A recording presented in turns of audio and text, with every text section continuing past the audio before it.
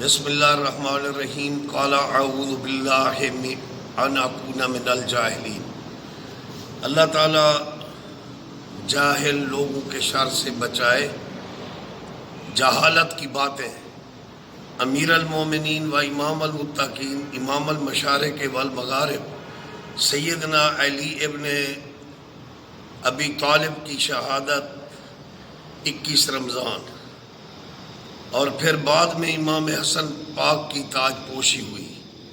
21 رمضان کو مولا علی کے لیے ختم شریف پڑھا جائے گا، ان کے ایصال ثواب کے لیے خیرات ہوگی، ان کی تعلیمات کو اجاگر کیا جائے گا۔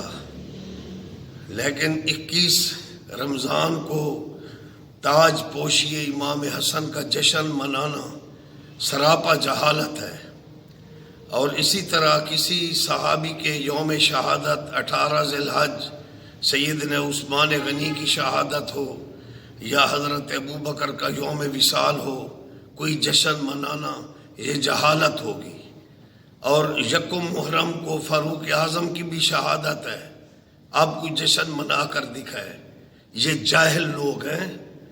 حضرت موسیٰ علیہ السلام دعا کرتے تھے، قال اعوذ باللہ ان اکون من الجاہلین، ان جہلوں سے بچو، محمد و آل محمد کا احترام کرو، ان کی تعلیمات پر عمل کرو، مولا علی علیہ السلام کی تعلیمات پر عمل کرو۔ مولا علی کی محبت ایمان ہے، حب علی رحمت اللہ، بغض علی لعنت اللہ۔ اسی طرح صحابہ کا ادب کرنا چاہیے، اور جو صاحب علم لوگ ہیں وہ حضور کے صحابہ کرام کا ادب کرتے ہیں۔ اور حضور نے فرمایا، اللہ اللہ فی اصحابی، اللہ سے ڈرنا، میرے صحابہ کا ادب کرنا۔ من سبا صحابی فقط سبانی، جو میرے کسی صحابی کی توہین کرتا ہے وہ میری توہین کرتا ہے۔ اس لیے یہ چھوکرے لفنگے جاہل لوگ تبرہ بازی کرتے ہیں، لانتیں خود انہی پر لوٹتی ہیں، لیکن جو صاحب علم لوگ ہیں ان کا میں احترام کرتا ہوں۔